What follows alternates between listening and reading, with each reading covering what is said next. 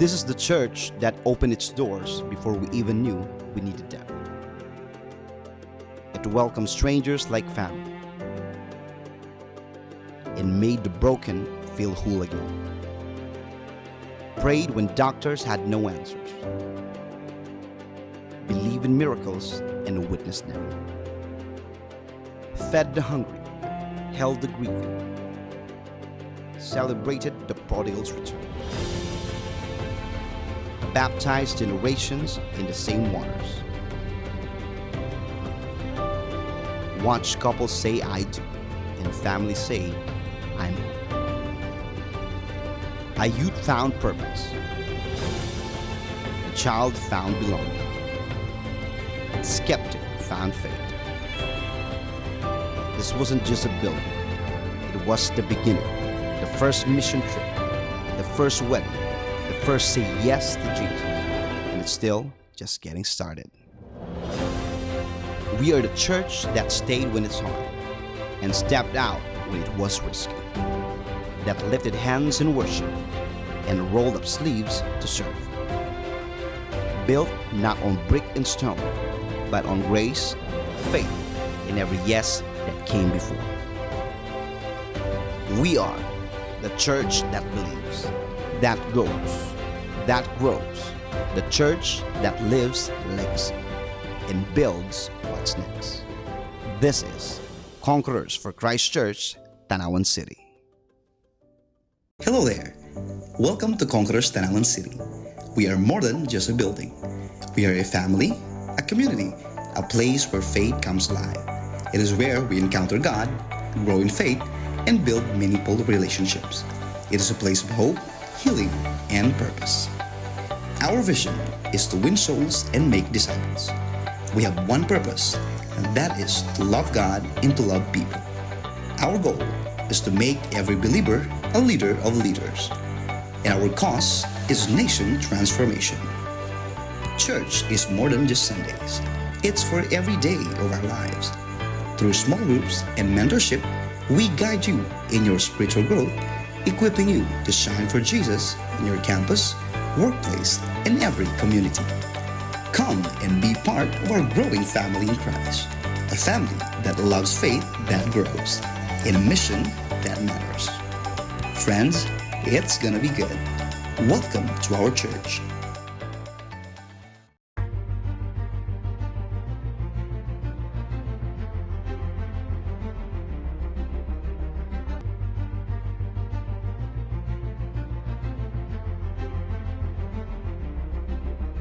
Malabo man yung tatahakin natin sa taong ito, ang mahalaga malinaw na para tayo sa Do Diyos. not be afraid to continuously declare the goodness of the Lord, how He saved you, how He loved you. We need the Word of God this year, 2026. We need the Word of God every moment, every step of the way. This year is not about you. It is about what God can do over our lives. Hindi mo lang ang Diyos sa'yo. You need to claim it that God will do something greater on this year.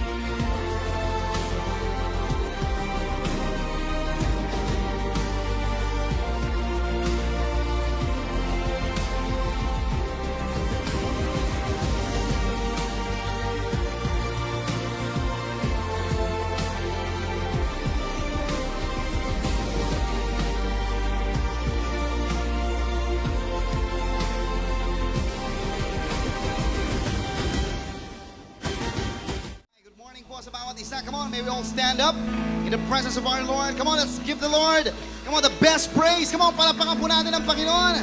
Come on, you can do better than that. Come on, shout, Jesus! Amen. Good morning po sa bawat isa. Alright, will you please look at your neighbor? Tingnan mo yung katabi mo. I-appreciate mo yan. Umaambon, makulimlim, yat nandito yan. Sabihin mo, uy, masaya akong nandito ka. Alright. Sa mga VIPs po natin for today, magandang umaga. Welcome po sa bawat isa. For sure thing, kung may pinakamasaya man na nandito ka, syempre kami, isa doon. Pero may pinakamasaya, that's the Lord. Amen po ba? Na nandito ka sa araw na ito. May it be first time ka, second timer, and timer, matagal na, masaya si Lord na lahat po tayo dito ay nagkatipon to praise Him and worship Him. Amen po. Come on, if you believe that, palapakan po natin siya. Amen. Alright, so I believe na mas mainam po kung tayo po'y lilibot. Can we do that? Magbatean po tayo. Hanap ka ng 10 tao. 10 ha? Alright, come on, let's greet one another today. Come on. I want to see everyone getting out of their seats. Come on, hallelujah. Let's greet one another. Good morning, everyone. Welcome to church. Alright, there you go. Magandang umaga po. You feel at home. Alright, welcome home, everyone. Hallelujah. In the temple, in the house of the Lord. Welcome po. Alright, come on, pati especially mga VIPs po natin. Come on, kamayan po natin. Alright.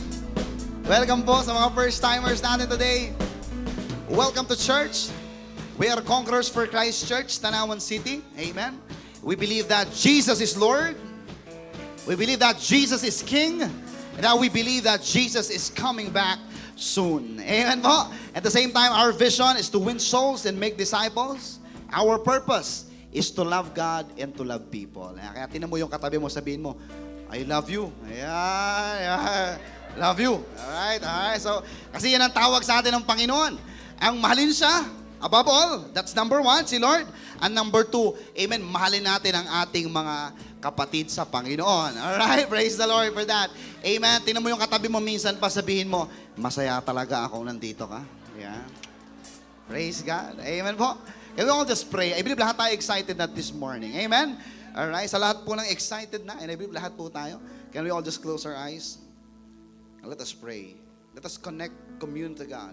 Heavenly Father, thank you, Lord, for this wonderful morning, God. Lord, salamat, Panginoon, that in spite and despite of all the circumstance, God, you're always good. Lagi ka pong mabuti, tapat sa aming buhay. Lord, tunay nga pong hindi maikukumpara sa kung ano't kung sino man, sa kanino man, ang iyong katapat at kabutihan sa aming buhay. Kanya, Panginoon, sa oras nito, kami po'y lubos na nagpapasalamat. Dumudulog sa iyo. Saying, Lord, thank you. Napakabuti mo sa aming buhay. Lord God, kanya nga po, marapat kang purihin, sambahin, luwalhatiin sa oras na ito. Lord God, this is our opportunity to bless your name, Lord God. And as your word told us, oh God, as our praise goes up, your blessing comes down. Lord, salamat Panginoon, kami di po'y humingi ng tawad sa mga bagay naming nagawa. May it be nasabi, naisip man lamang po nagawa, na laban taliwas sa iyong kalooban. Lord, we ask for your forgiveness.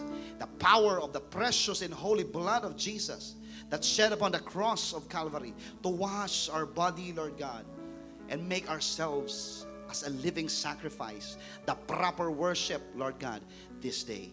Salamat Panginoon, hayaan mo rin po na mga pumuntay, hindi po umuwing, hindi pinagpala. Lahat po'y pagpapalain mo sa araw na ito. Lahat po'y palalakasin mo. Katatagpuin mo, Panginoon, sa araw na ito, Lord God. Ang mga nangihinay mapapalakas, Lord God. Ang mga nanlulumot may problema, Lord God. There will be joy in their hearts today. The joy of salvation. The joy, Lord God, of knowing that you are God, that you are Lord, that you are in control, that nothing is impossible to you, Lord God. The joy, Lord God, that says, Jesus, you are more than enough sa aming buhay. Salamat Panginoon, masumpungan din po namin ang kapayapaan, Lord God, ang kalakasan, Lord God, ang paglingap mo sa araw na ito. Your comfort, Lord God, your grace, your mercy, your love that is everlasting, O Lord God, ang maranasan ng bawat isa. Salamat Panginoon, Father, this we pray, Father, this we claim, Father, this we give thanks already. In Jesus' name, amen and amen. Come on, give your best clap to the Lord. Hallelujah. Amen. Sabi po ng pastor kaninang umaga sa ating pong morning prayer, mayroon daw po mga level ang praise at worship kay Lord. We call this level 1. We call this level 2. And we call this level 3. Ano, can we give the Lord the level 3 of kind of worship today? Come on. All right. Yung pinakamataas, pinakamalakas. Come on. Come on, shout, Jesus! Jesus! Shout, Jesus! Jesus! They're on 3. Come on, tatanong po tayo. Come on, warm up tayo ng konti. Let's shake it up. Amen po ba? Come on. Hey! And 1. Come on, lahat ay tatanong, lahat ay magpupuri. 2. 1, 2, 1, 2, 3, jump! Jesus! Jesus! Come on, shout! Jesus! Jesus! I believe we're already excited. Come on, let's give him praise. Hallelujah. Come on, lahat na nagmamahal sa Panginoon. Come on, let's worship him in praise. Hallelujah. Hey! Thank you, Lord. We praise you, Lord. Come on, church, we sing. Hey. Mahal na mahal kita, Panginoon. Come on, louder now. You sing, mahal na mahal. Hey. Mahal na mahal kita, Panginoon. Kailan may di kita ipagpapalit, pagkat sa piling mo'y langit. Mahal na mahal kita, Panginoon. Yes, Lord. Come on, minsan pa. Hey! Mahal na mahal kita, Panginoon. Habang buhay, maglilingkod sa'yo't pag-ibig ko sa'yo'y iaalay. Habang buhay, papupurihan kita. Maglilingkod sa'yo, hey! Habang buhay, papupurihan ka. Come on, sabay-sabay, we sing!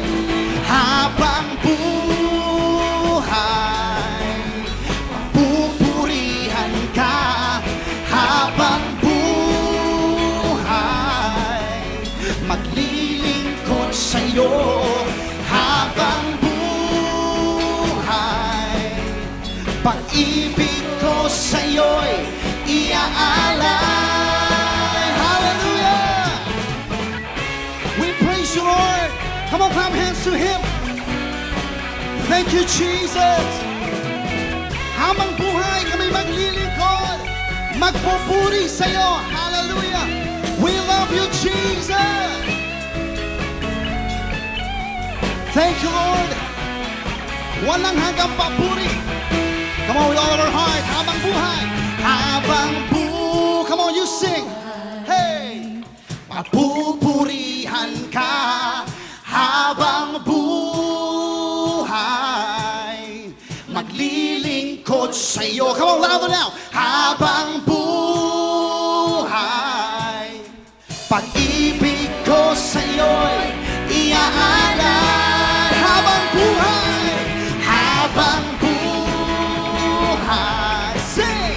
Papupurihan ka habang buhay. Sing!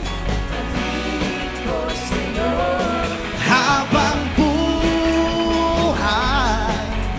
Pag-ibig ko sa'yo'y iaalay. Mahal na mahal, hey! Mahal na mahal kita, Panginoon. Habang buhay, hey! Maglilingkod sa'yo't pag-ibig ko sa'yo'y iaalay. Habang buhay, papupurihan kita. Maglilingkod sa'yo. Habang buhay, papupurihan ka. Come on, church, sabay-sabay! Habang buhay, sing! Papupurihan ka. Habang buhay, come on, we sing! Maglilingkod sa'yo. Habang buhay, pag-ibig ko sa'yo'y iaalay. Habang buhay, come on, we sing! Hallelujah! Papupurihan ka habang buhay. Maglilingkod sa'yo habang buhay. Pag-ibig ko sa'yo'y iaalay. Hallelujah! Come on, let's give him praise today. We praise you, Lord. Come on, let's continue to give him praise. Come on, clap hands. Hey! Come on, clap hands. Come on, let's give him praise, for he is good. Hallelujah. All together now, we say, kay buti ng Diyos. Hey! Kay buti ng Diyos, kay buti ng Diyos sa akin. Come on, look at your neighbor. Hallelujah. Come on, we sing. Kay buti ng Diyos, kay buti ng Diyos sa iyo. Kay buti ng Diyos, kay buti ng Diyos sa Kanya. Hey, come on, we sing. Kay buti ng Diyos, kay buti ng Diyos sa lahat. Sabay-sabay! Hey! Ipalakpak ang kamay at ikaw ay kaway. Sabayan mo ng kita. Come on! At sumayaw-sayaw. Ipahayag mo, kapatid, na mabuti ang Diyos. Kay buti ng Diyos sa lahat. Hey! Come on, minsan pa. Kay buti ng Diyos, kay buti ng Diyos sa akin. Come on, we sing. Kay buti ng Diyos, kay buti ng Diyos sa iyo. Kay buti ng Diyos, kay buti ng Diyos sa Kanya. Yeah! Kay buti ng Diyos, kay buti ng Diyos sa lahat. Sabay-sabay! Sing! At ikaw ay kaway. Sabayan mo ng hinda. Come on! At sumayaw-sayaw. Ipahayag mo, kapatid, na mabuti ang Diyos. Kay buti na. Come on, we sing! Minsan pa, come on! Ipalakpak ang kamay at ikaw ay kaway. Sabayan mo ng hinda at sumayaw-sayaw. Ipahayag mo, come on, na mabuti ang Diyos. Kay buti ng Diyos. Hallelujah! Come on, let's give him praise! Thank you, Lord! Salamat, Panginoon! Walang hanggang papuri. Pagsambay sa'yo lamang, Ama. Hallelujah! Thank you, Jesus! We love you, Lord! Come on, isang pa. With all of our heart, come on, we sing. Come on. Ipalakpak ang kamay at ikaw ay kaway. Sabayan mo ng hinda. Come on, dance! At sumayaw-sayaw. Ipahayag mo, kapatid, na mabuti ang Diyos. Kay buti ng Diyos sa... Come on, for the last time, we sing! Ipalakpak ang kamay at ikaw ay kaway. Sabayan mo ng hinda at sumayaw-sayaw. Ipahayag mo, kapatid, na mabuti ang Diyos. Hallelujah! Sa lahat, minsan pa, kay buti ng Diyos sa lahat. Kay buti ng Diyos. Kay buti ng Diyos sa lahat. Come on, give him praise today. Come on and shout, Jesus! Hallelujah! Salamat, Panginoon. Walang hanggang papuri. Pagsamba sapagkat ikaw ay tunay at laging tapat at mabuti sa aming buhay. Come on, church, if we believe that, come on, palakpakan po natin siya. Come on, hallelujah. God is good. Hallelujah. And all the time, yes, you are, Lord. You are always good indeed. Salamat, Panginoon. Kulang po ang oras na ito, ang awiting ito, Panginoon, ang buhay na ito. Kung amin pong ilalarawan, kung gaano kang laging mabuti sa aming buhay. Lord, kanya nga po, with all of our heart, with everything that we have today, Lord, we offer it to you. God, you says into your word in Romans chapter 12, verse 1, it is our body, Lord, as a living sacrifice offered to you is the proper worship, Lord. Kanya po sa oras na ito, we lift up to your hands, Lord. Tinataas po namin sa iyo ng pinakamataas ang aming mga kamay, Lord. This signifies, this gesture says that we are surrendering it all to you. Loobin mo, O Diyos, ariin mo, O Diyos, na ang aming buhay na ito ay maging mabangong samyupong handog sa iyong harapan for the rest of our lives. Let's worship Him for who He is. Thank you, Jesus. Father, we worship You. Kay buti mo.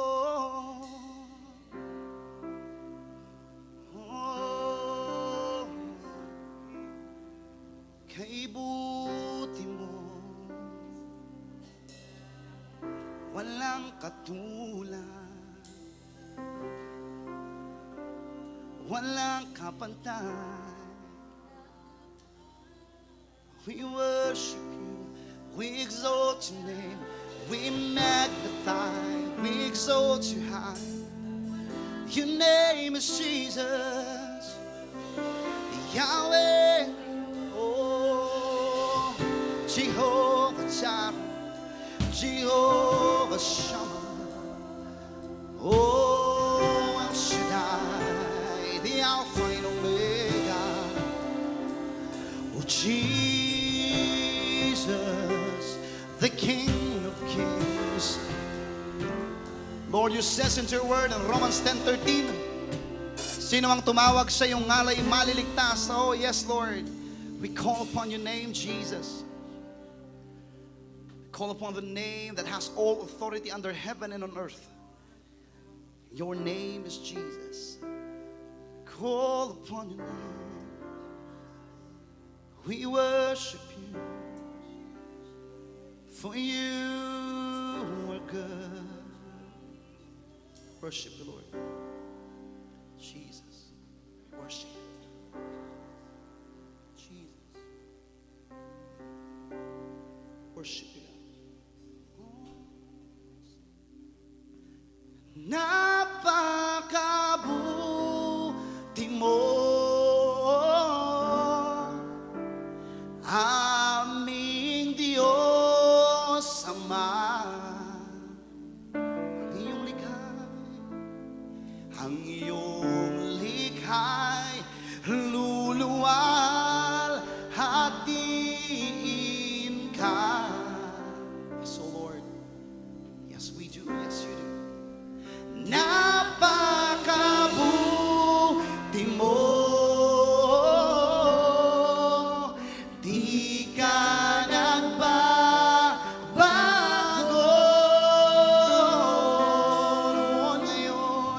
Noon ngayon, kailan pa man, sa buhay ko'y tapat. Thank You, Lord. Yes, You are, Lord. Come on. O Diyos, we sing. O Diyos, na napakamabuti, sa'yo ako'y lumalapit. Walang kapantay, pag-ibig mo'y tunay, karangalan at papuri, sa'yo lamang laan. Come on, let's clap your hands and voice. We sing, hallelujah, hallelujah. Napakabuti mo, aming Diyos Ama.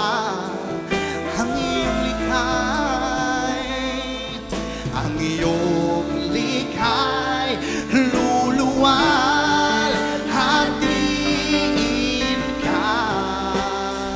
Napakabuti mo, Diyos. Napakabuti mo. Di ka nagbabago. Noon ngayon, kailan pa man sa buhay ko'y tapat. Hallelujah.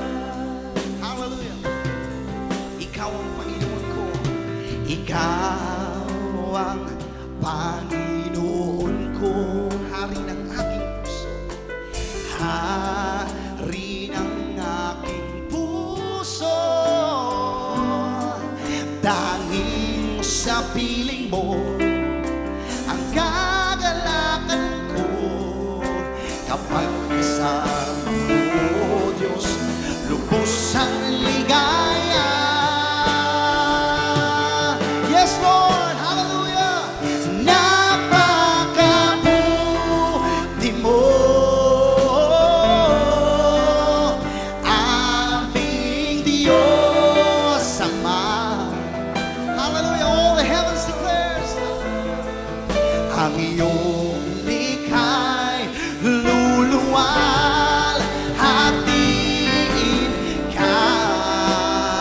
Hallelujah. Yes, Lord. Napakabuti mo.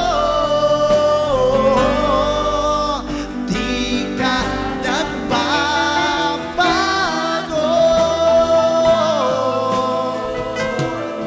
Noon, ngayon, kailan pa man sa buhay ko'y naman. All the praises, all the honor to Jesus. Come worship Him with your own words today. Come on and praise the name of Jesus, the name of God. Hallelujah. The one who is faithful, the promise keeper, the way maker. Hallelujah. You are so good. Salamat po, Panginoon.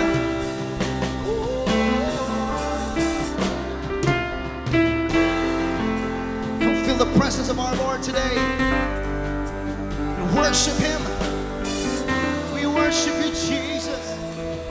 Never you will fail us. You are forever faithful, and you are always worthy of all our praise. For you are good all the time, and all the time you are good. Hallelujah. Come on, minsan pa with all of our heart. Napakabuti mo, aming Diyos Ama. Come on, all creation, praise the name of Jesus. Ang iyong likha'y luluwal, hatiin ka. Napakabuti mo, di ka nagbabago. Thank you, Lord. Noon, ngayon, kailan pa man sa buhay ko'y tapat. Just your voices with all of your heart. Napakabuti mo. Napakabuti mo, aming Diyos Ama. Come on, lift up your hands and voice. Worship Him today. He is in their midst. Ang iyong likha'y luluwal, hatiin ka. Oh yes, oh Lord. Napakabuti mo,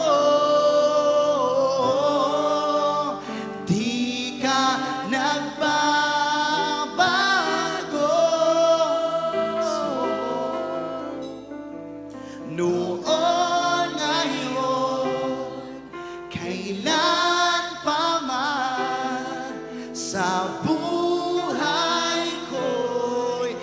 pa noon ngayon, we sing.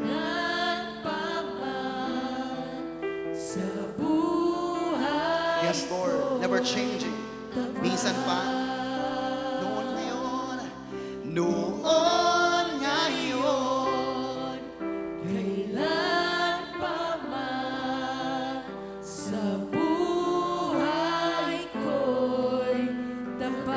praise you, Lord. Come on, patuloy po natin sambahin ang Panginoon. Hallelujah. Thank you, Jesus. Panginoon, salamat, Panginoon. All the praises to you, Lord Jesus. Hallelujah. Come on, let's lift up your hands. Taas natin ating kamay. Hallelujah. Panginoon, salamat po na ikaw po ang Diyos noon, ngayon at magpakailanman. Hindi ka kailanman nagbabago. Hindi ka kailanman nagpapabaya. Sa umaga pong ito, patawarin mo po kami kung kami may mga naisip, na salita, nagawa na hindi mo kalooban. And today, Lord, we allow the Holy Spirit to speak to us. Hallelujah, Lord God, to penetrate on our heart your word, Lord God, into our soul, Lord God, Panginoon. Kung may mga kapatid kaming dumating ditong mabigat, may pinagdadaanan, ang lagi namin panalangin kagaan ng buhat sa iyo. At kung may mga problema, ikaw ang tugon sa lahat. At kung may sakit, ay patuloy na gumaling sa pangalan ni Jesus. And Lord God, sa araw pong ito, hallelujah, Lord, hayaan mo pong ang iyong mga salitang aming tatanggapin ay hindi buhat sa tao, kundi galing sa iyo talaga, Panginoon. Not opinion, but your words, Lord God, Panginoon. Bless your people today, Lord God, at ikaw po maging sentro ng gawaing ito. In Jesus' name, amen. Amen. Amen. Pakisabi mo sa iyong katabi, mabuti ang Diyos. Amen. So I would like to, before we're going to start, I want to testify, the goodness of the Lord. For 2 weeks, medyo may konti pang strain. Pero for 2 weeks talagang wala akong boses. Yung after ko mag-preach noon, wala na, yung kinagabihan, wala akong boses. Hindi ko alam bakit nawalang bigla ang boses ko. And then for 1 week, parang pabulong lang, walang lumalabas na tinig. Kaya pag may dumarating na estudyante, hindi kami magkaintindihan kasi ang aking boses ay talagang paos. Pero salamat sa kabutihan ng Panginoon. Yung health, katulad nga na nabanggit ng nakaraan ng pastor, we have undergone yung talagang sa health namin. But I praise God for His goodness, for His healing. Palakpakan natin ang Panginoon. Napapaisip ako nung nakaraan ako, paano kaya yun? Wala pa akong boses. Magpipreach ako. Pero si Lord, if God is, if you're going to give it to the Lord, God will sustain you. So, sa oras na to, lahat ng papurit pasasalamat ay tanging sa Diyos lamang. So, today, I would like to share to you this topic. Sino po dito yung, madalas nakakaranas na may welcome na bisita? Yan. Yung madalas pinupuntahan, may mga bisita, tayo po, in one point of our time, nakaranas tayo, may wini-welcome tayo. Tama po? Even in the church, linggo-linggo, masarap yung feeling na may wini-welcome ka na VIP, o kaya kahit yung mga, kumbaga 1 week or isang linggong hindi mo nakita ang kagandahan at kagwapuhan ng iyong kasitmate. Nasasabik ba kayo? Ayan, nasasabik na makita ang bawat isa. So today, our topic, medyo related do sa ating pag-usapan. Ang ating topic for today is Let It Be. Oy, Let It Be. Hindi yung kanta ni, Hindi yung kanta ng Beatles, Let It Be, may kasunod, in Jesus. Sabihin mo sa katabi mo, Let It Be in Jesus. Okay, let it be in Jesus. So when you say yung phrase na let it be, so sabi ng Oxford Dictionary, sabi niya, let someone or something be. Let someone or something be. Hayaan mo siya, ibig sabihin. Stop interfering with someone or something. Yun ang ibig niya sabihin. Let it be. Ano naman pong kinalaman niya sa pag-welcome ng bisita? Parang naisip niyo ba? So, our context or our background na pag-uusapan natin can be found in Luke chapter 10, verse 38 to 42. Luke chapter 10, verse 38 to 42. But before I go to that, ano na to sa inyo, kumbaga very familiar sa inyo, yung magkapatid na si Martha at si Mary. Tama po. So ito po yon yung story sa Luke chapter 10, verse 38 to 42. But I would like to give you a background, kung paano ba nagwe-welcome ang mga Jewish people in the times of Jesus, nung panahon ni Jesus. Paano ba sila mag-welcome ng bisita? Tapos bakit ganun yung reaksyon ni Martha? Nag-iisip pa kayo, bakit ganun na naging reaction? If you're going to read the whole alam niyo naman yon yung sinabihan niya na si Jesus, no? Hindi ka ba unfair naman sa akin na nag-aano ako dito? Tapos yung kapatid ko nakaupo lang dyan sa tabi mo. Di ba? Ano kaya yung context? Bakit ganon? No, so let's see. Ano po ba yung kanilang cultural background when in terms of welcoming a visitor? No. So magkaroon lang po tayo ng lakbay, pag-aaral. No. So, sa kanila po, ang pag-welcome po sa bisita is a very sacred, it is a culture of, sacred para sa kanila, sacred duty. Na kung saan yung bisita ay tinuturing nila na guest, special guest coming from the Lord. So tingnan mo ang katabi mo. Very special guest yan, coming from the Lord. Palakpakan natin ang bawat isa. Na alam po natin sa lugar nila, madisyerto, tama po, malayo ang lakbayin. At para maibsan ang kanilang, kumbaga yung biyahe, hindi naman katulad ngayon na may eroplano, mayroong, may motor, may may train, no? Sila ay lakad, chariot, o kaya yung, yung horses or donkey or camel. No? So, ganun po sa kanila. And lahat ng gabok, no? Kumbaga sa mga babae, madami na kayong masasagap na foundation, makapal na magiging foundation sa muka. So, ganito po ang kanila, no? Ang core ritual nila sa pag-welcome ay ganito po. No, if you are going to read yung New Testament, iintindihan nyo. Bakit ganon? No. So, washing of the feet. Unang-una, pag-welcome doon, huhugasan ang paa dahil nga marumi yung gabok, kumbaga. And then yung pangalawa is that it's a symbol of humility, welcoming, no? You're humbling yourself kasi gusto mong i-welcome yung isang tao papasok sa iyong tahanan. And then, second is the greet and kiss. Hahalikan. Naalala niyo yung binanggit ni Pablo na let's greet one another with holy kiss. No, ang ibig sabihin po pala nun ay halik sa pisngi, ang ibig sabihin ay kapayapaan. Sabihin mo sa katabi mo, peace. Yan, peace. Okay, it indicates friendship. So kayo po ba ay wini-welcome mabuti ng ating mga usher? Yan. So, yan po ay its indication of friendship, no? Sa kultura po ng mga Hudyo. And then pangatlo po is that yung anointing with oil. So, hinugasan, winelcome, kinis, ibig sabihin, friends na tayo, wini-welcome kita sa aking tahanan. And then pangatlo is anointing with oil. Ang ibig sabihin po naalala niyo yung story na si Jesus ay winelcome sa bahay ni Simon na Pharisee, kung di ako nagkakamali. Tapos hindi siya hinugasan sa paa, pero may isang babae na pumasok na nagbasag ng alabaster jar. And then pinor yung pinakamabangong perfume sa kanyang paa at sa ulo. So yun po ay kadalasang pag-welcome nila. It's a part of their welcoming. It means, binubuhos po yun sa ulo ng bisita, sa ulo at sa paa, as a sign of honor. Ibig sabihin, you are a distinct and respected guest of honor. Kumbaga. It's also a sign of blessing and refreshment.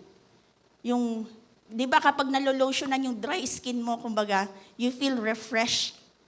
No. So parang inaano ko lang para maintindihan ang bawat isa. No? And then the fourth one is the peace blessing.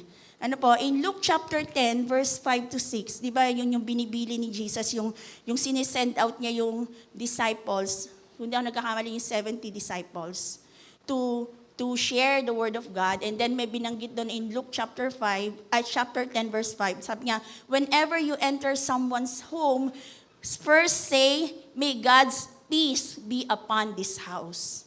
Amen? So, ibig sabihin, when you welcome a visitor in your house, dapat ikaw as a visitor, you give blessing of peace to that house. Kapayapaan. Ano po? And then sabi niya dito sa verse 6, sabi niya, if those who live there are peaceful, the blessing will stand. If they are not, the blessing will return to you. Ano po? So, yun po yung doon, kanilang kultura sa pag-welcome. And then, the last one is water and refreshment. Pagkatapos kang i-anoint, hugasan ng paa, pagkatapos kang i-greet, i-kiss, tapos i-anoint ang head at ang paa mo, at magsabi ng peace, paiinumin ka naman. Yan. So, sino dito yung pinatuloy sa tahanan at pinakape? Yan. Yan. Malamig na tubig, mainit na tubig tuloy.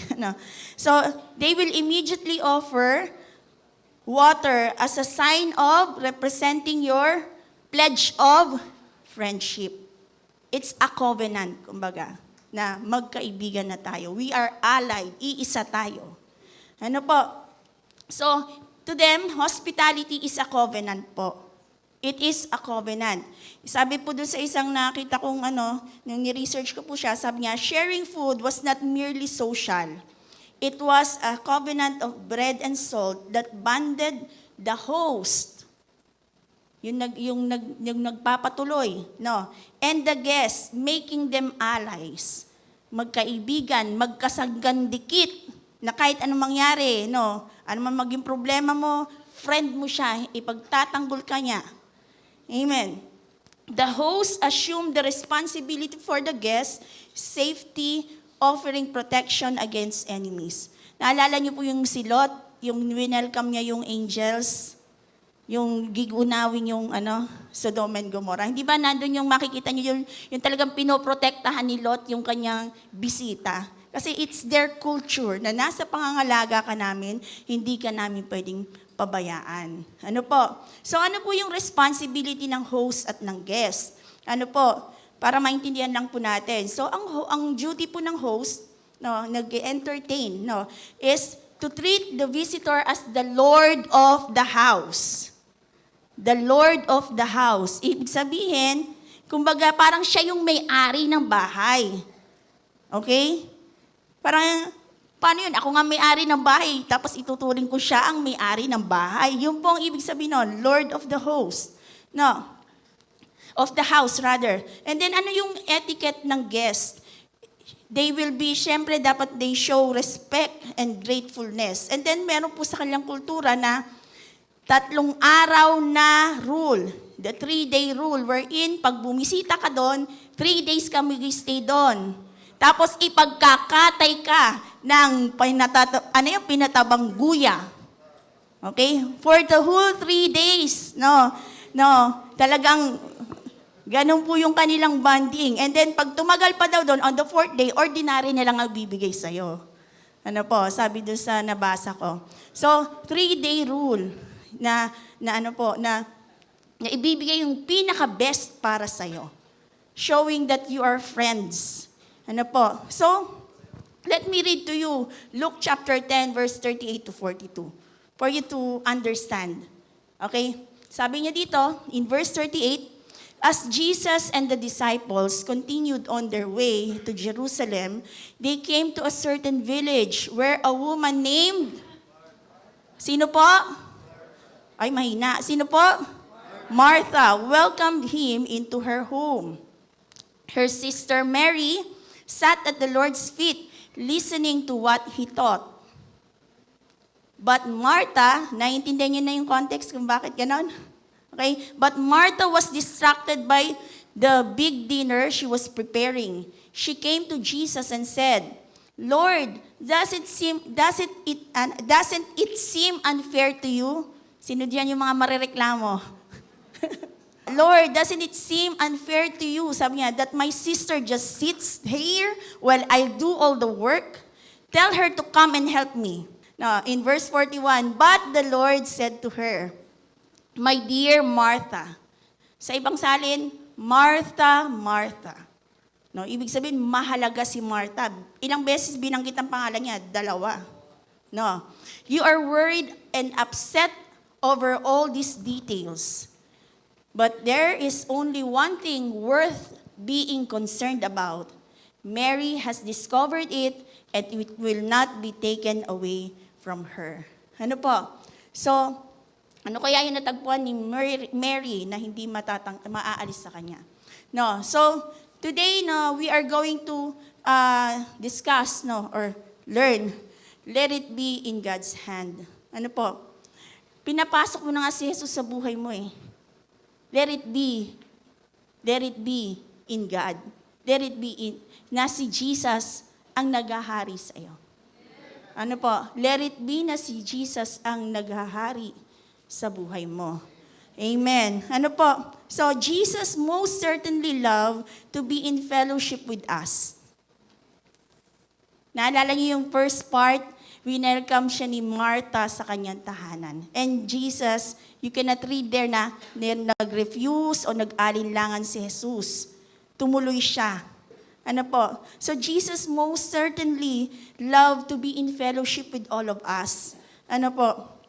That He is ready to come if we wholeheartedly welcome Him. No, I believe that Martha and Mary, no, na talagang masaya sila nung winelcome nila si Jesus sa kanilang tahanan. Ano po? And today, no, bakit, ano na kaya nangyari ba nagkaganon, no? So, what is the intention? Ito yung pinakamahalaga, no, as we welcome Jesus in our lives. What is the intention of our heart when we allow Jesus to enter into our lives? Ano ba yung intention natin? Bakit natin winelcome ang Panginoong Jesus sa ating buhay? Ano po? So, if we can see here, no, si Mary, hindi niya pinakailaman o hindi niya pinansin yung mga gawain. Though it is a custom for them, tradisyon para sa kanila na asikasuhing mabuti, ibigay, no, yung lahat ng pagsisilbi para sa Panginoon. Pero bakit siya'y huminto at umupo lang? Pero si Martha ay patuloy pa rin sa pagkilos. No. Pero you can see here, no, pasimula, we can see that pareha sila ng puso. They wanted to let Jesus to enter into their house, into their home, into their lives. Ano po? So, siguro nagkaroon lang ng konting distraction. No. There are 2 things that I want to share to you, oh God. Now, sa oras na ito. First is, we need to refocus on what is needed. Refocus. I believe that Martha is focused in allowing Jesus to enter into their home. Ano po? Bakit refocus? Kasi somewhere along the way, she got distracted. Ano po? It is our focus on Jesus. It is our focus on Jesus, or what is our focus on Jesus, or what on what will other people will tell us? Medyo mali ang grammar ko. No. Ang focus ba natin ay kay Jesus o kung ano yung sasabihin ng mga nasa paligid natin? Remember their custom, kailangan asikaso mo. I believe marami rin sigurong tao doon sa paligid na iyon. Ano po?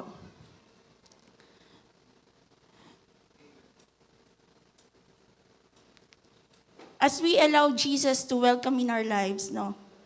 Si Jesus pa ba ang focus? Or dahil ngayon na naglilingkod na tayo, ang dami ng mga distractions, ay doon na lang napapapunta. Ano kaya sasabihin ng aking leader? Ano kaya baka mapagalitan ako ni pastor, baka ako'y... O kaya minsan, You're distracted by your emotion. May problema ka, hindi ka makangiti. Ano po? So refocus on what is needed. Basahin po natin muli yung verse 38 to 40. Sabi niya, as Jesus and the disciples continued on their way to Jerusalem, they came to a certain place, village where Martha lives, and she welcomed him.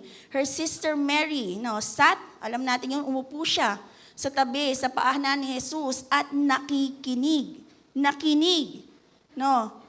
sa tinuturo ni Jesus. But Martha was distracted by the big dinner she was preparing. Imagine, pinatabang buya, Tapos, siya ang panganay. Siya ang head of the house doon. Siyempre, siya ang punong abala. Ano po? She came to Jesus and said, Lord, doesn't it seem unfair to you? Hindi ba unfair sa iyo, Panginoon? Let me stress the word that. Hindi ba unfair para sa iyo, Panginoon, na ako kumikilos, pero siya hindi? Hindi ba unfair yun para sa iyo, Panginoon, na ako hayo ng hayo, siya hindi?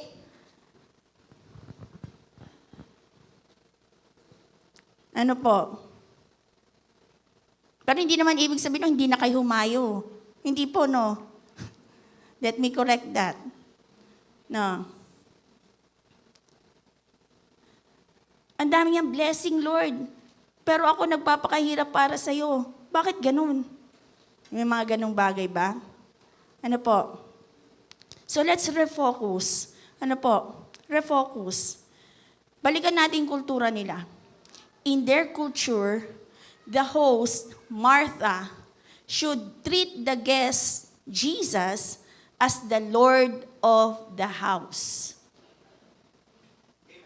As the Lord of the house.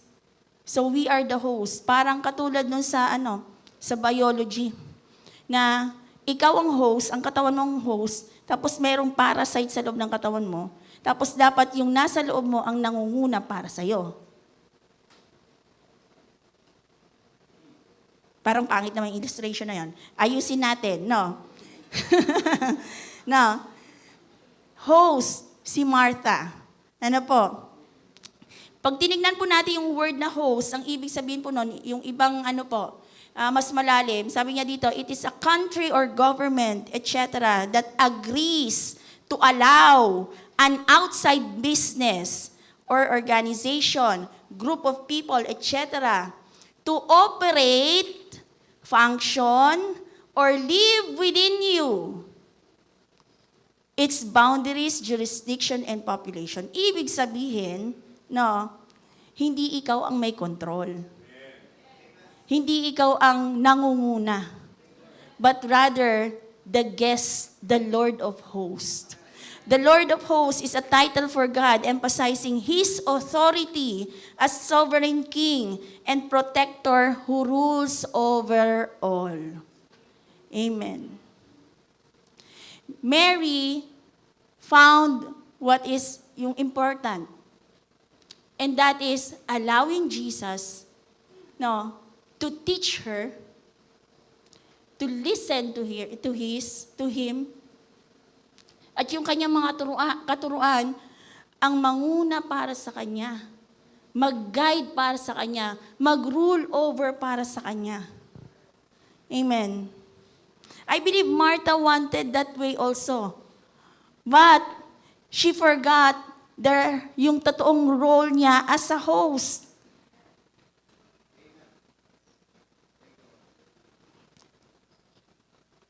Baka minsan ganun din tayo, nawawalan tayo ng gana kasi baka nakalimutan natin na tayo ay host. Ibig sabihin, si Lord ang dapat nangunguna sa buhay natin, hindi yung kagustuhan natin, siya na ang in authority sa buhay natin. Amen. Amen. We must know our place as a host. Amen. Jesus is now in control of our lives. Amen. Palakpakan natin ang Panginoon. When you allow Jesus to enter into your life, kung may parte pa ng buhay natin na parang nagkakaroon ng kontra sa isip natin, Allow Jesus to take the wheel. Amen. Hayaan mo si Lord ang maging tsuper ng buhay mo. Amen. Hayaan mo siya. Kasi alam niya kung anong makakabuti para sa'yo.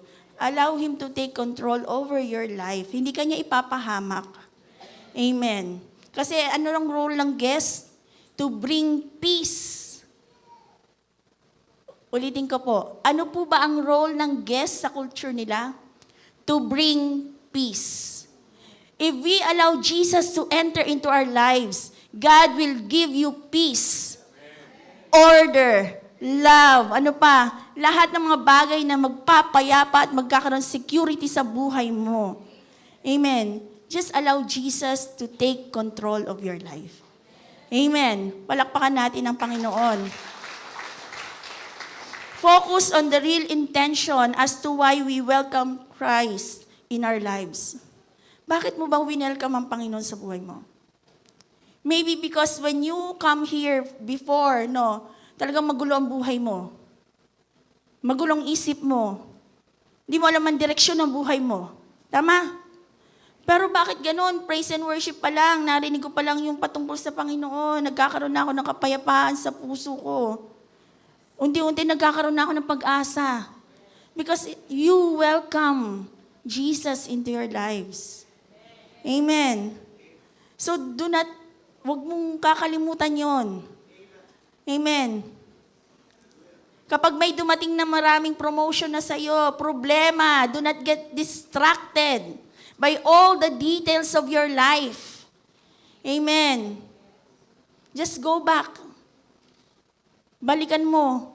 Paano mo unang na-encounter ang Panginoong Jesus? Amen. Amen. Why all of the sudden Martha get distracted? Why all of the sudden? Bakit siya na-distract? In verse 40, sabi niya, di ba, kumbaga sinabihan niya na si Jesus. Lord, sabihan ko nga yan. Kumbaga parang sa word natin, Kanda ugaga na ako dito. Pero hindi man lang tumutulong are. Nakaupo lang diyan. Ang dami ko ng problema. Pero pabanjing-banjing lang. Kumbaga bakit siya? Ang dami kong problema, bakit siya masaya pa rin? Hindi nga ba nararamdaman yung pinagdadaanan ko? Parang gano'n, nakakaano ba kayo ng gano'n? Nakaka-experience? Na makita mo yung kapatid, yung kaibigan mo na naglilingkod din sa Panginoon. Bakit gano'n? Ang saya-saya niya. Bakit gano'n? Parang lahat na yata ng bigatin. Parehas lang naman kami naglilingkod sa Panginoon. Bakit gano'n? Maybe you got distracted. Ano po? Distracted. Alam na natin yung word na yun, unable to concentrate because something is preoccupying your mind. What is occupying your mind right now? Una, dati, bakit ganon? Kahit may problema ka, occupied ka ng yung kagalakan ng Lord. Pero bakit ganon? Habang humihirap, nawawala. Napapalitan ng takot, pangamba, alalahanin. Ano sasabihin ng ibang tao? Hindi mahalaga ang sasabihin ng ibang tao. Ang mahalaga yung sasabihin ng Panginoon para sa atin. Amen. Amen. Ibig sabihin pala na distracted, sa original word niya, hinihila ka palayo. Hindi ka makakonsentrate kasi lumalayo ka.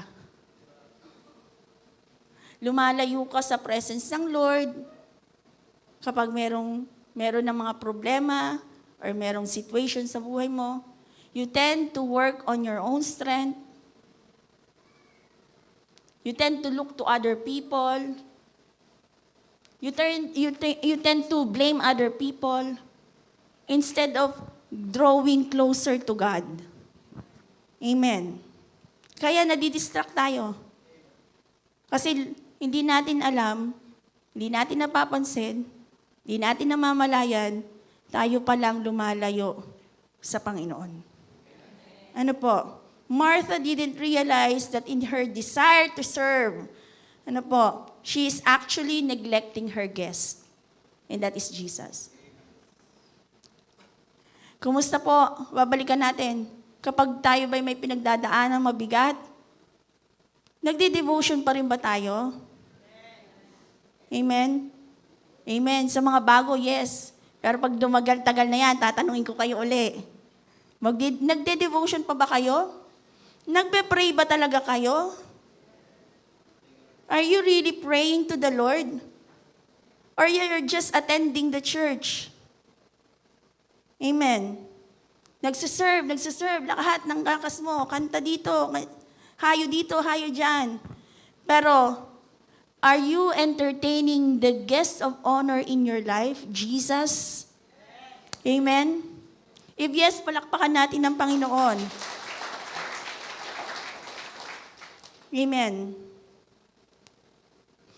So do not neglect our part. Ano po? Read His Word. Know Him better. Meditate His Word. Amen. You make quiet time ka. Yung kahit di mo sabihin sa cell leader mo kung anong pinagdadaanan mo. Nandun ka sa isang room. You pour out everything in your heart. What's inside your heart. And giving it to the Lord. Ano po? You're cultivating your relationship with Jesus. Amen. We become distracted because, pinangungunahan natin si Jesus sa mga dapat i-prepare sa buhay. Amen. Di ba mga babae mahilig sa detalye? Ako, babae kasi ako. Kailangan detalyado yan para sa akin. Hindi kita maintindihan, hindi kayo mabivisual sa isip ko hanggat hindi mo binibigay ang detalye. Ano po? Kung paano, step 1, step 2, step 3. Mga ganyan. Ewan ko sa iba, ganun ba kayo mga babae? Yes. No. Typical po yun sa mga babae. No. Kailangan detalyado. Kapag may inaayos na ganyan, kailangan meron kang step by step. Ano po? Ganon din si Martha siguro. Masyado siyang abala sa detalye ng pagsiserve niya para sa Panginoon. Hindi naman masama yung ginagawa niya. But somewhere along the way, she got distracted. Amen. Bakit nadidistract? Kasi baka pinangungunahan na natin ng Lord sa bawat ginagawa natin. Why not take time first to ask Him to lay down all your plans before the Lord? Diba si Lord, sabi, we established the plan, but, tayo nagpaplano, pero si Lord ang nagpapatupad. Amen. So, are we so busy in doing things for Jesus that we're not spending any time with Him anymore? Hindi masama magtrabaho. Kailangan natin yon. Pero kung yun na ang nagdi-distract sa'yo, kumbagay, nakukuha na ng buong oras mo na hindi ka na nagbibigay ng oras mo para sa Panginoon, para makultivate yung relationship mo sa Panginoon, let's wake up today. Hindi pa huli ang oras, no? May oras pa tayo.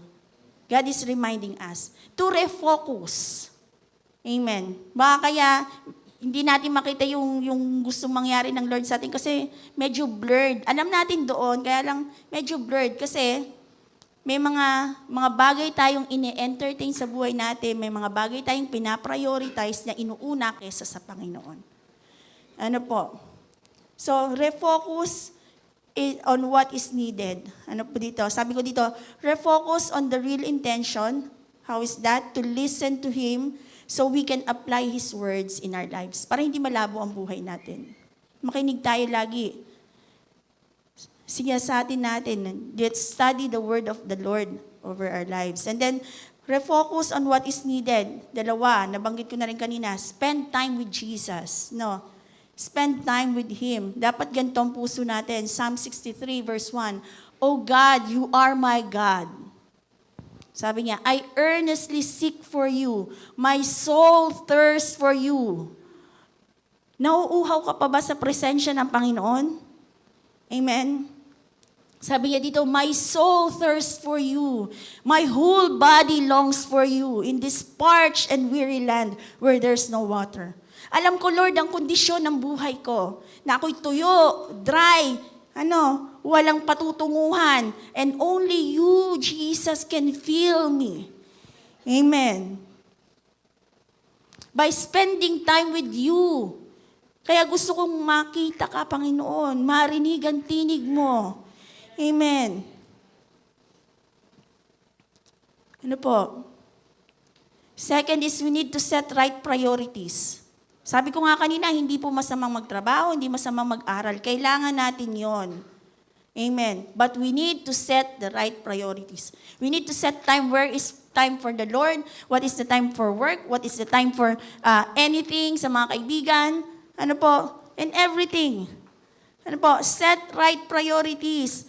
Ano po? Sabi niya dito, kaya na-distract si Martha. Maganda naman ginagawa niya, para nga kay Lord eh. Amen. Kaya lang, ano po, na-busy na siya doon sa ginagawa niya.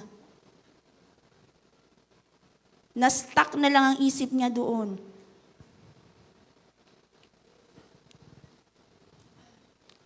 Amen. Set right priorities. God wants us to set priorities. Hindi niya naman pinagalitan si Martha na, hindi naman niya pinagalitan na, mali naman yung ginawa mo, hindi naman gano'n, di ba? Kasi magandang ginagawa niya. Kaya lang, nag-set siya ng wrong priority. Nandito na nga ako eh. Nandito na ang Panginoon, sabi niya. It's time for you to sit down, listen. It is our time. I want to give peace to your heart over all the distractions. No. It is, sabi niya dito, it is possible for service to Christ to degenerate into mere busy work that is no longer full of devotion to God. Kaya kumusta ang puso natin sa paghayo natin? Kasama pa ba ang puso natin para sa Panginoon? As we do the work for Christ. Or ano na lang yan, kumbaga ay automatic. Ginagawa ko to kasi kailangan ko tong gawin. Pero hindi na para sa Panginoon. God wants us to reset, refocus, to set the right priority. Amen. Let's check our hearts today. Amen. Ano po? Second point. Sabi ko dito, it is not unfair to God. Kasi binanggit doon ni Martha, sabi niya, hindi ba unfair sa iyo yun, Lord? Hindi ba unfair yun sa iyo, Lord? Na ako kumikilos, siya nakaupo lang dyan. Pero ang reflection ko dito is that it is not unfair to God that we are doing all the work we think we are doing for the Lord. It's not unfair. No. Credited yan lahat sa Panginoon. But, check. Baka kaya ka nagagalit na, kaya ikaw ay napapagod na, kaya ikaw ay nagre-reklamo na, kasi lakas mo na lang ang nag-ooperate. Hindi na ang lakas ng Panginoon. Hindi na ang pagsama ng Panginoon. Kaya ka nagagalit, madali ka mainis, madali ka mairita. Thank you, Lord. Lahat tayo? No. Ano po? It is not unfair to God. Kasi ginagawa mo yan para sa Panginoon eh. But God wants your heart also as you are doing those things for Him. Hindi lang dahil duty mo yan. Hindi lang para may masabi na ikay naglilingkod sa Panginoon. Kundi ginagawa mo yan dahil mahal mo talaga ang Panginoon. Kahit pinuri ka o hindi. May nakakita o wala. Kahit feeling mo parang hindi ka tao natutuwa ang Lord sa ginagawa ko, pero ginagawa mo naman yun para sa Panginoon. Siyempre, hindi matutuwa si Lord kung mali ang ginagawa mo, kung kasalanan niya. No? Hindi talaga matutuwa ang Panginoon. No. God wants our full devotion. Not just our service. Kasama ang puso. Second point, 2 puntos lang po tayo.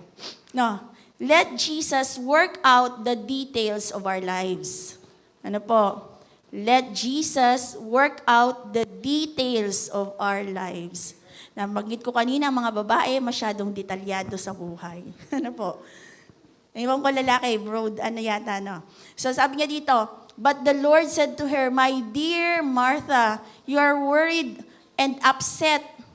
Nag-aalala ka at nagagalit, naiinis, nayayamot over all these details.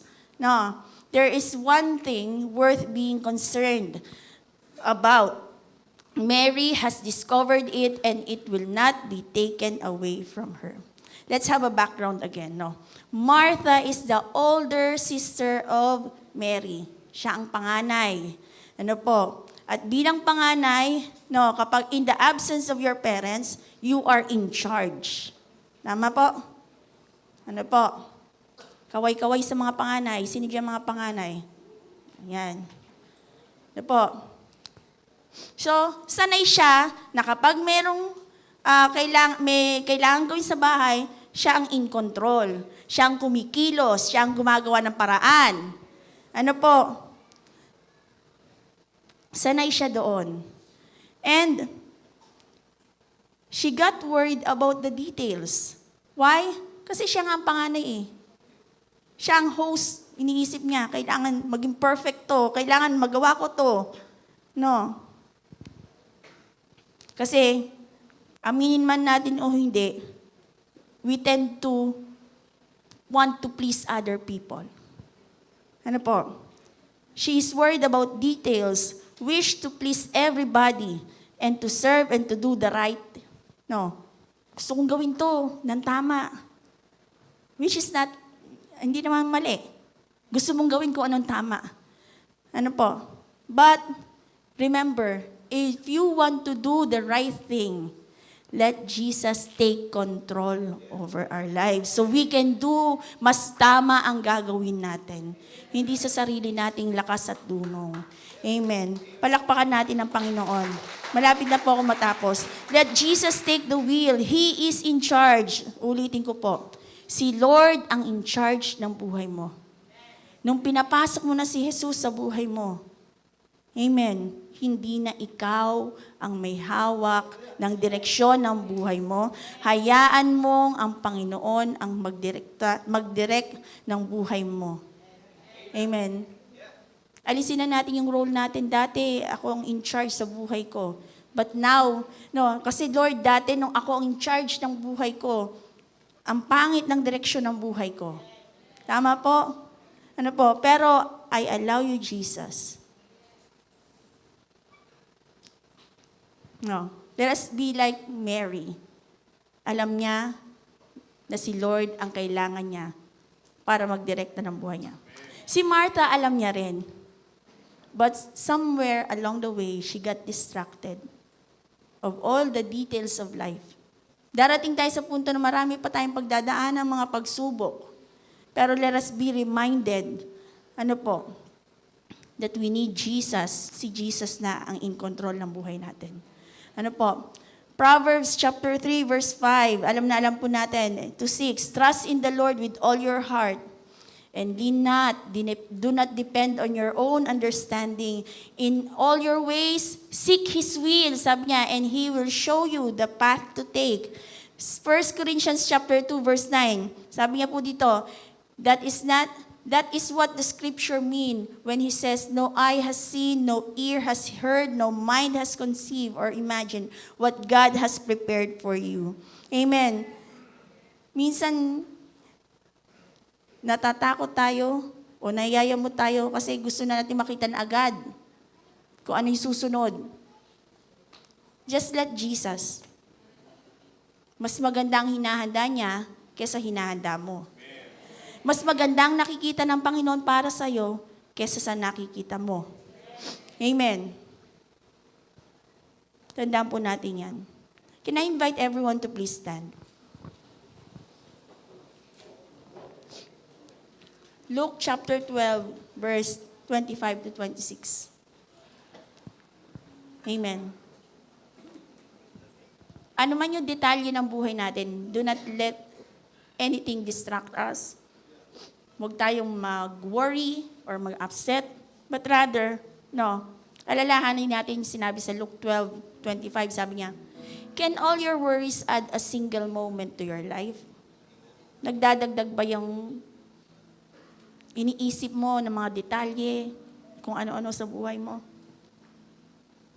Makakadagdag ba yan para sa buhay mo?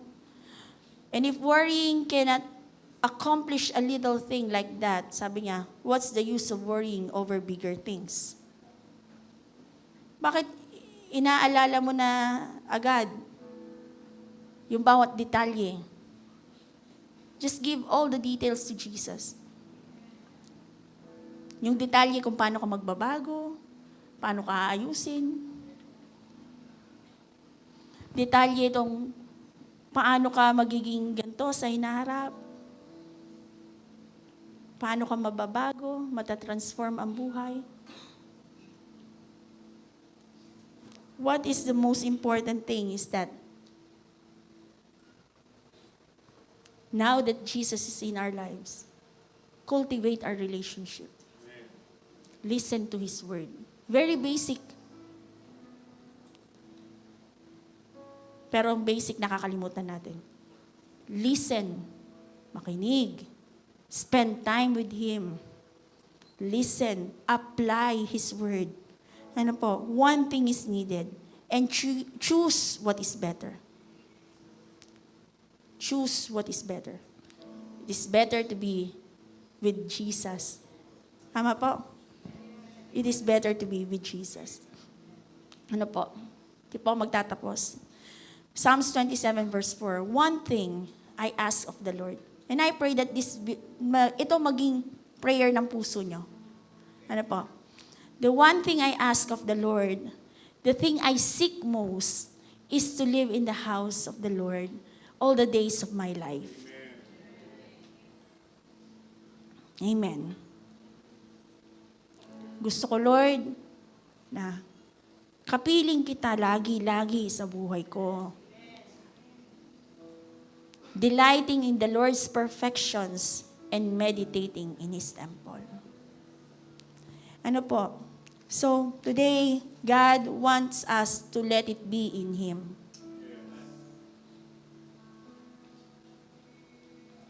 Hayaan mong ibigay mo lahat sa Panginoon. Do not interrupt the Lord as He corrects you. Do not interrupt the Lord. Di ba yun ang ibig sabihin nun? Let it be. Hindi mo hayang ma-interrupt ka or merong something na mag-interfere sa iyo. If you want na talagang magbago, maayos ang buhay mo. Ano po?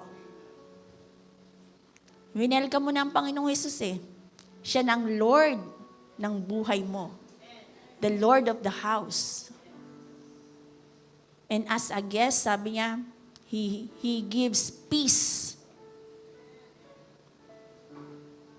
reconciliation, salvation, redemption.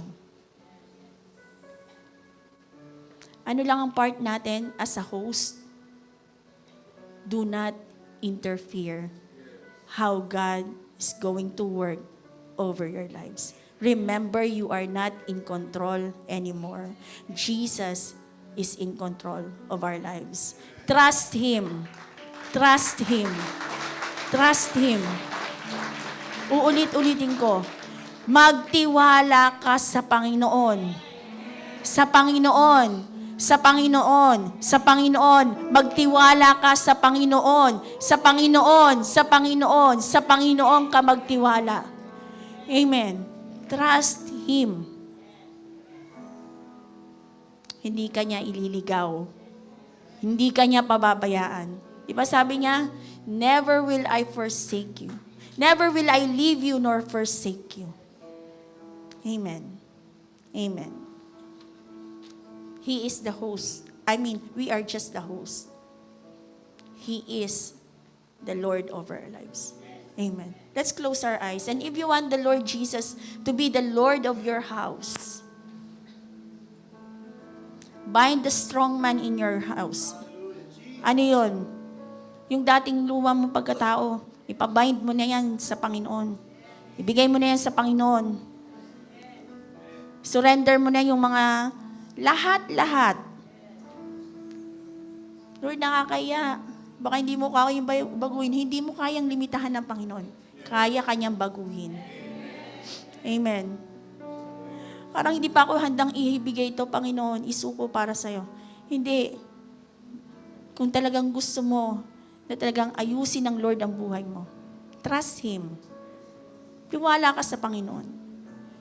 Bigay mo lahat sa Panginoon. Bigay mo lahat ng alalahanin mo, takot mo, pangamba mo, kinabukasan mo, confusion mo sa sarili mo. At kahit ano pa bang yan, let God, not you, work on the details of your life. Let's close our eyes and let's pray. Hallelujah. Have a moment with the Lord. Ikaw mismo makipag-usap sa Panginoon. Ikaw mismo makipag-usap sa Panginoon. Kung talagang gusto mo ang Panginoong Jesus ang talagang maging Lord of the house.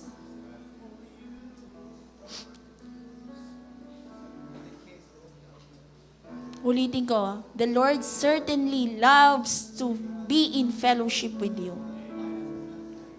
Gustong-gusto niya ikaw na makapiling.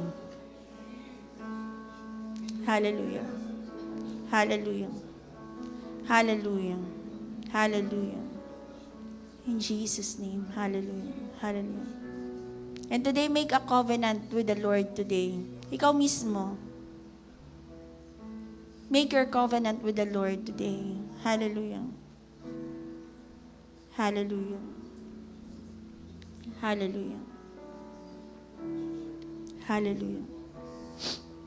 Hallelujah. Father God, right now we come before you in the name of Jesus. Thank you, Lord, for your word today, for the life of Martha and Mary, O God. I pray, Father God, na patuloy na ikaw ang manguna sa amin. We surrender every details of our lives. And starting today, O God, ikaw ang maging in control ng buhay namin, O God. And Lord, ano man yung mga alinlangan sa isip namin, ito'y aming winawaksi sa pangalan ni Jesus. In Jesus' name. Ano mang doubts, Panginoon, ito'y aming winawaksi sa pangalan ni Jesus. And we operate faith right now, O God. In the name of Jesus. Hallelujah. Hallelujah. Today, Father God, ikaw nakakarinig, Panginoon, ng covenant ng bawat isa, Panginoon. Ang kanilang mga binigkas para sa iyo, Panginoon. At dalangin ko po, Panginoon, na protektahan niyo po ang bawat isa so that we can do our covenant to you, O God. Salamat, Panginoon. We entrust to you this day, O God. In Jesus' name.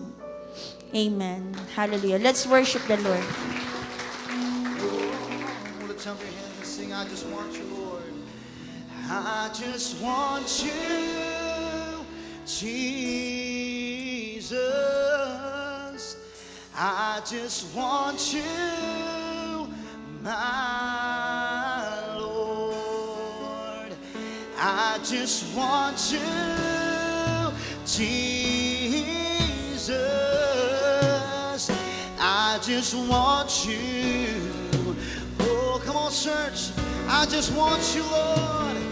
I just want you, Jesus. I just want you, my Lord. I just want you, Jesus. I just want you. Oh yes, Lord, I just want you, God. There is no greater. Oh, there is no greater love than yours. Nothing else could ever compare. Yes, Lord, even if I search all the world, I will never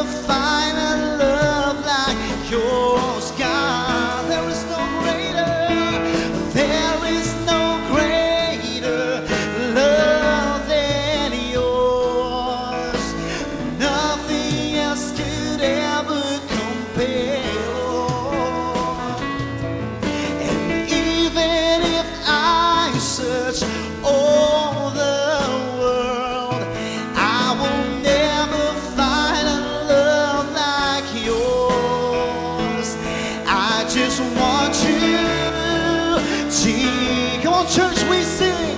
Hallelujah. I just want you, my Lord. Sing, I just want you. I just want you, Jesus. I just want you. Come on, minsan pa. We're singing with all our heart. I just want you, Lord. I just want you, Jesus. I just want you, my Lord.